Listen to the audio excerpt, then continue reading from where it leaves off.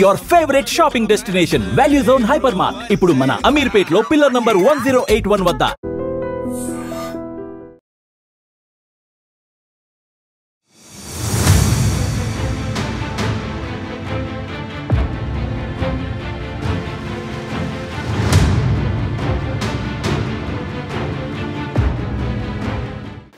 నమస్కారం, welcome to iDream media. నేను మీ సంగీత. ఈరోజు మనం చూస్తూ ఉంటే సోషల్ మీడియా ఓపెన్ చేయగానే ఆర్జీవీ గారిని అరెస్ట్ చేస్తారా, ఆర్జీవీ గారికి అరెస్ట్ తప్పదా అనేటివన్నీ కూడా మనం ఎక్కువగా సోషల్ మీడియాలో చూస్తున్నాం. చాలామంది కూడా డౌట్ ఉంది, ఎందుకు ఆర్జీవీ గారిని అరెస్ట్ చేస్తారు అన్న డౌట్స్ వస్తున్నాయి. అంటే రీసెంట్గా ఐపీఎస్ ఆఫీసర్ అయిన అంజనా సింహ అనే ఒక మహిళ రాయదుర్గం పోలీస్ స్టేషన్లో ఆర్జీవీ గారి పైన ఒక కేసు అనేది ఫైల్ చేయడం జరిగింది.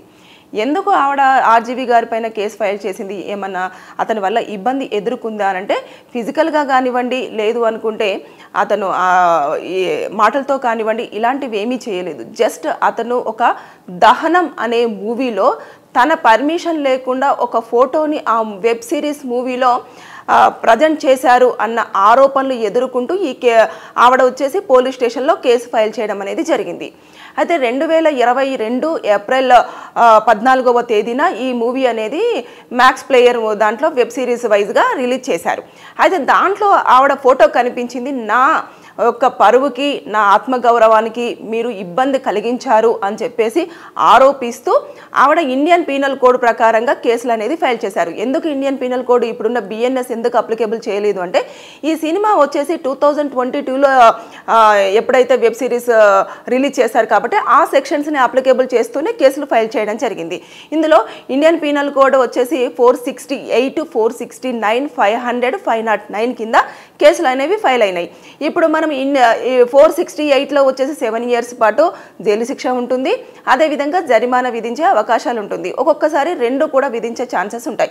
ఇంకా 469లో చూసేసుకుంటే 3 years వరకు కూడా జైలు శిక్ష ఉంటుంది. అదేవిధంగా జరిమానా కొన్నిసార్లు 2 కూడా విధిస్తారు. ఇక 500 ఐపీసీ 500 కింద చూసుకుంటే 7 years వరకు కూడా జైలు శిక్ష ఉంటుంది. దాంతోపాటు జరిమానా కూడా భారీగానే విధించే అవకాశం ఉంటుంది. ఐపీసీ సెక్షన్ 509 ప్రకారం 1 year జైలు శిక్ష, ఫైన్, కొన్నిసార్లు 2 కూడా విధించే అవకాశాలు ఉంటాయి.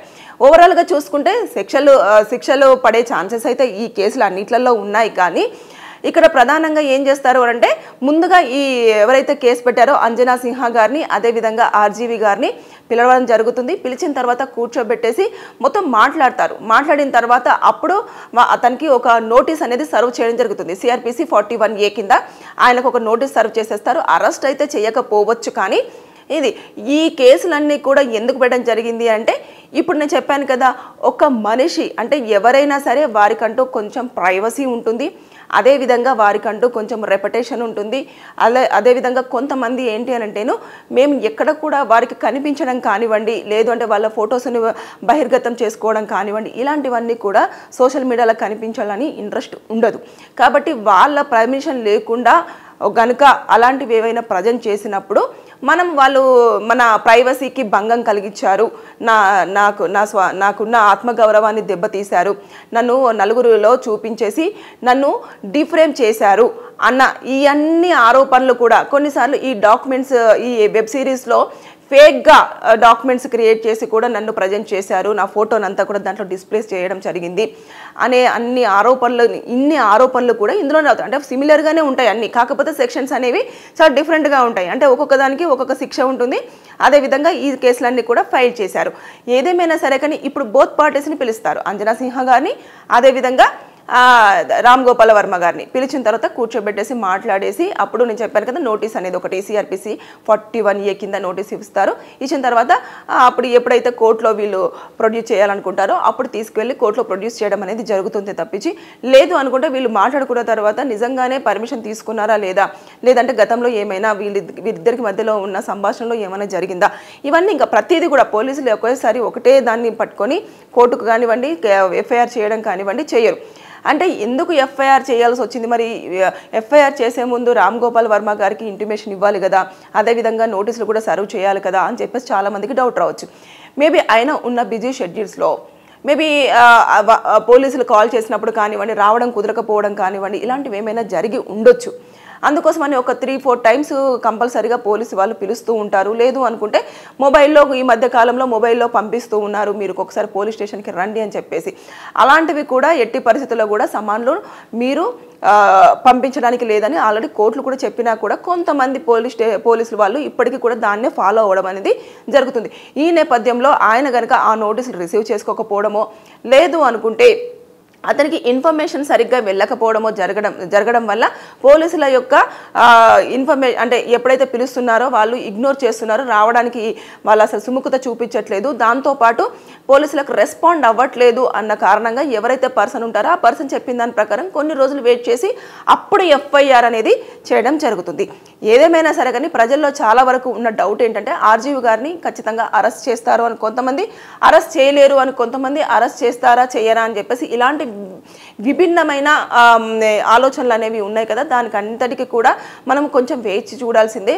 రీజన్ ఏంటంటే కంపల్సరీ ఇప్పుడు ఎఫ్ఐఆర్ అయ్యింది కాబట్టి మస్ట్ అండ్ షుడ్గా పోలీస్ స్టేషన్కి ఆర్జీవి గారు రావాలి, అతను సంజాయిషి అనేది చెప్పాలి. దాంతోపాటు ఇక్కడి నుంచి కోర్టుకు తీసుకెళ్ళడం జరుగుతుంది. కోర్టులో తన వాదనలు వినిపిస్తారు. వినిపించిన తర్వాత అప్పుడు రిమాండ్ చేయాలా, లేదు అనుకుంటే అతనికి అక్కడనే కోర్టులోనే బెయిల్ ఇచ్చేసి బయటకు పంపిస్తారా అనేది అక్కడ కోర్టులో డిసైడ్ అవ్వడం జరుగుతుంది. కానీ ఇక్కడ పోలీస్ స్టేషన్లో మాత్రం ఏది డిసైడ్ అవ్వడానికి లేదు.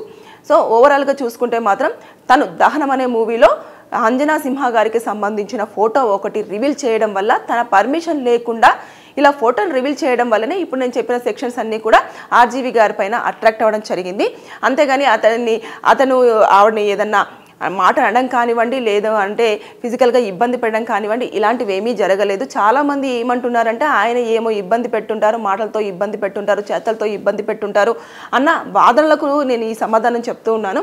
ఆయన అయితే ఎట్టి పరిస్థితుల్లో అరెస్ట్ చేయకుండా ఉండడానికే మ్యాక్సిమం చట్టాలు ఇవన్నీ కూడా.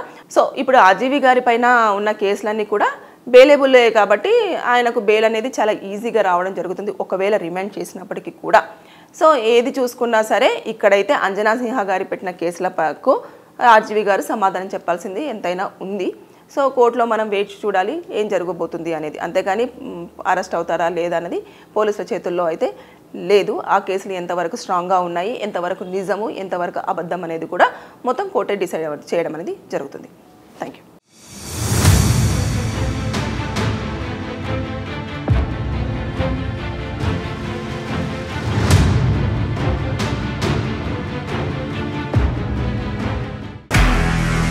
నిజంగా ప్రస్తుతం ఉన్నటువంటి సమాజం దేనికి ప్రయారిటీ ఇస్తుంది? ఆర్థిక సంబంధాల చుట్టూ మాత్రమే తిరుగుతుంది. మళ్ళీ ఎన్నికలంగానే చాలా విరక్తి కలుగుతాను. మంచి అనిపిస్తుంది కదా, లేడీస్ కూడా ఛాలెంజింగ్ జాబ్స్ చేసినప్పుడు చాలా బాగుంటది. ట్రాఫిక్ అసిస్టెంట్స్ గా నియమించిన ట్రాన్స్జెండర్స్ అందరితో సాల్యూట్ చేయించుకుంటున్నారు. ఫుడ్ డెలివరీ ఇవ్వటానికి వెళ్ళినటువంటి డెలివరీ బాయ్ అనిల్ పై కళ్ళ ముందు